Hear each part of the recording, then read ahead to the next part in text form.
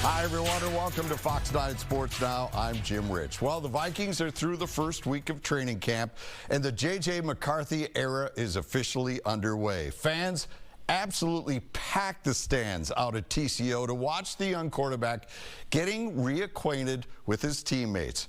But really, the real reason so many fans were out there trying to catch a glimpse, they were trying to catch a glimpse of this man. Yes, Vikings analyst Pete Bercich joins us now. And Pete, how many autographs did you sign? How is the carpal tunnel at this hour? 0. No, wait, I'm sorry. I had to sign a waiver, I think, to get in. So 1. Right. Yeah, and I didn't. You know what? I was there, actually. Well, I know Jim. You were. I was there. It was, I didn't watch a whole lot.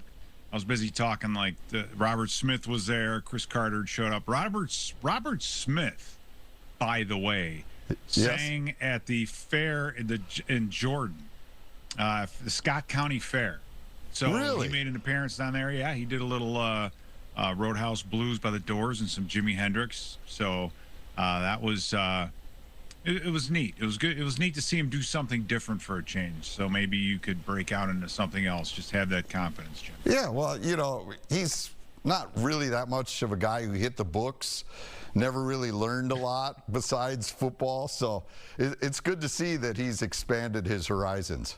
Yeah, but practice was great. Enjoyed it. A lot of energy out there. Getting a chance to catch up with a lot of the players after practice. Guys like Josh Matelis, obviously he was smiling because of the new contract. Yes.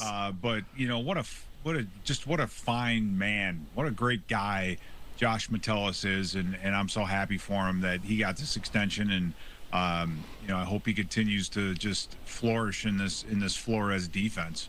All right. But just a good group. All right, so besides the fans clamoring to see you, they are all ecstatic over J.J. McCarthy, and even his teammates have had nothing but glowing praise for what the young man has done. Is this really true? I mean, there has not been one person to say, gee, that pass was maybe a little off target. I mean, this is stunning how the praise is being heaped on the young man. Well, yeah, and we'll see, right? And that's kind of the beauty of it. Whether or not we'll see him in the preseason, we don't know. Maybe when we get closer to start, we will. But we'll obviously get to see him opening night, Monday night. No one does the schedule better than the NFL. And you got this young kid from LaGrange Park, Illinois, grew up a Bears fan, obviously. And so his first real NFL game is going to be Monday night in the stadium that he first went to. I believe his dad told me he was like 4 years old. They took him. I believe he was there for the game that Adrian Peterson returned the kickoff to about midfield, and we won that game. It was tied at the time. We won that game by a field goal. So he, to be a Vikings fan, that was a great game, right? Bears game for him to go to if he wants to be a Vikings fan, which he obviously is. But he's. That's kind of the neat thing about him, is he's kind of done everything that you can without playing a game to be ready, saying the right things. You ask his teammates, you don't feel that any of those guys are forced in their opinions of how well he's doing and what he's doing. From what I saw in practice, he's definitely developing a rapport with the tight ends and also with Jordan Addison. Yes, I know it's early. We got a couple weeks to go, but just to see that already is great. And this franchise we haven't drafted a quarterback of this caliber or someone with this. There's a lot of hope on this kid's shoulders, and so every time we see some kind of progress, the fans are fired up. And this could be a whole entire new era here for the Vikings with the head coach, the coordinators, ownership. You go back in time and you see how many great teams were broken up because the Vikings wouldn't pay the quarterback, right? It happened to Joe Kapp. It happened to Fran Tarkington. How many of those, we got there for the Super Bowl 4 times, but how many times do we miss because we weren't able to keep key pieces, right? So you see guys like Matelis resign, and, you have McCarthy now for hopefully a long time. And, those times have changed. And I think this franchise and the hope, I'm sure, of all the fans is this franchise is heading in the right direction. Yeah, all right. Now, the biggest news besides Matelis' signing was Justin Jefferson being shut down by Coach Kevin O'Connell after he suffered what they term a mild hamstring strain. Vikings say it's precautionary. They put him on the shelf. He has had hamstring issues before.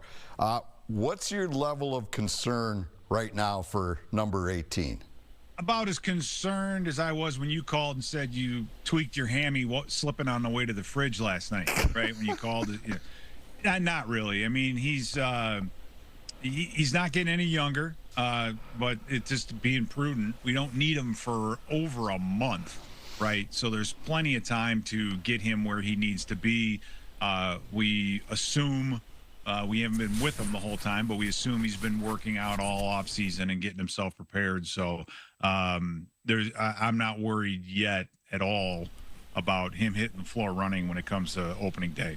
All right, good. Viking fans need to hear that as well, because so many people are thinking like, oh boy, here comes the bad karma for this team. If you want to know how good your quarterback is, get rid of his best wide receiver. You're going to find out real quickly how good your quarterback is, right? So there you go. That's true. All right. The biggest good news of week one, you already alluded to it, the extension of Josh Matelis. 3 years, he picks up $36 million. He picked up 5 different positions last year in Brian Flores' defense. Does he need to focus on one to get to another level with his game, or are you fine with him being this jack of all trades? No, he's and that, I guess that's kind of the key. And we experienced this when Tony Dungy was here, and with Monty Kiffin, is you got to have the right guy for the job. Like with Tony Dungy, we could get by with we didn't need 6'5", 300-pound defensive lineman to fit the scheme. Matelis fits this defensive scheme that Flores has brilliantly. He's not a traditional safety. If he were on a different team that played a lot of man-to-man coverage, he wouldn't be playing deep half safety a lot, which he doesn't here. Right. He's more his drops. He's more of a linebacker, an underneath guy. He's very, very good at man-to-man coverage on tight ends. Very, very good blitzer, and not just off the edge, as a nickel back or something, but he'll walk up into that A gap. He'll run pass rush stunts, a lot like Blake Cashman, who runs D line stunts so very, very well. Alex Van Ginkel can run these D line stunts from anywhere. So the versatility of all these players is what matters most in this scheme that Brian Flores has put together. Matelis personifies that, because I remember. When Flores first got here, going to a mini camp and seeing Matelis out there starting, and I was thinking to myself, look, the first third down snaps that they did in practice, Matelis is out there, and I'm like, that's pretty important, right? I mean, yeah. Are we going to bring somebody in, or what's and since then, he's proven to all of us that he's not just a special teamer, that he's a very, very good defensive player, and he fits this scheme perfectly. So. And what a great human being, by the way. I mean, he's as good of a guy as you're going to meet. Just genuine. I love Josh Matelis. I'm a huge fan. Yeah, no, we see it too. The little time that we get with the players during open locker room, post game, he's always very kind, very courteous, and always wants to try and put the fans first. That's one big thing that he looks at this team. And he knows that the fans are the ones that really are part of the Vikings, and he tries to share with that as much as possible. All right, now to the Vikings offense, and it seems like they're trying to become multidimensional, trying to find new ways to beat opponents. And what I'm talking about is it seems like there's a real emphasis on restoring the running game. For years, this offense has been over the top, taking your shots, making sure you get the ball downfield. But Aaron Jones was great last year, but now he has Jordan Mason to help him. How does Mason complement Jones? What do you see out of this 1-2 punch moving into the season? Well, first of all, we're a passing offense, okay? I mean, we're going to throw the football. We're not going to be 3 yards in a cloud of dust, I don't think, at any time.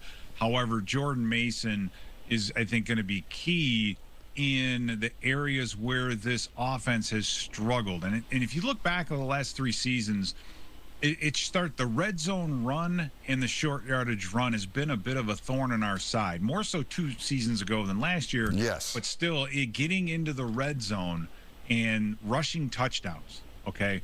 The rushing touchdowns, I think,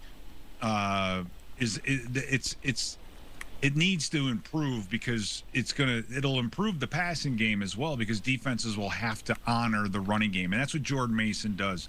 He's a bad weather kind of guy. If Jordan Mason had the breakaway speed like an Adrian Peterson, he'd be, I think, a top 10 running back in this league. He has the vision, runs the zone so very well, strong, very tough to tackle. He just doesn't have that, breakaway type speed, or else he'd be a starter, or have been a starter for the last, for how many years he's been in the NFL. So overall, it's the short yardage and the red zone and the goal line. That's where I expect Jordan. And then, we have a game in New York late in the season that could be out in the, in the grime. You got to watch the San Fran game against Buffalo last year and watch him run. I mean, a lot of guys ran up and down on the Buffalo defense. I'm sorry if you're a Buffalo Bills fan. However, in that kind of a environment, he's kind of a go-to guy. All right. Flipping back, we saw that both sides of the lines were beefed up in the offseason, but there's a piece that the Vikings have that may be used even more this year. Talking about Dallas Turner. The rookie had a quiet freshman year. Now, is it on him, or does Brian Flores have to figure out a different way to use the talents Turner brings to the table?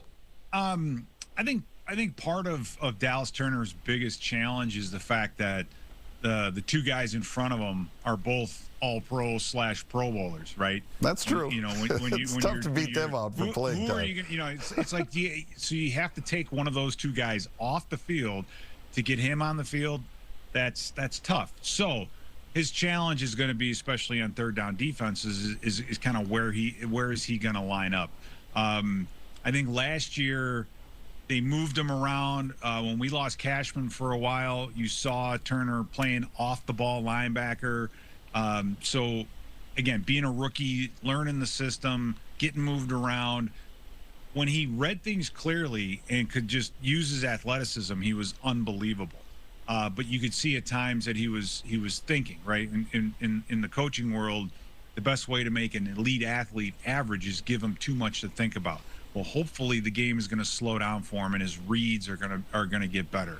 And if they do, you're going to be able to put him anywhere and succeed. And I think he could be as big of a shot in the arm to this defense if they get him on the field, and he could be productive as Allen or Hargrave. I mean, I really do. So that's saying something too. It's another thing to watch in the preseason. How much he's going to play in the preseason, we'll see.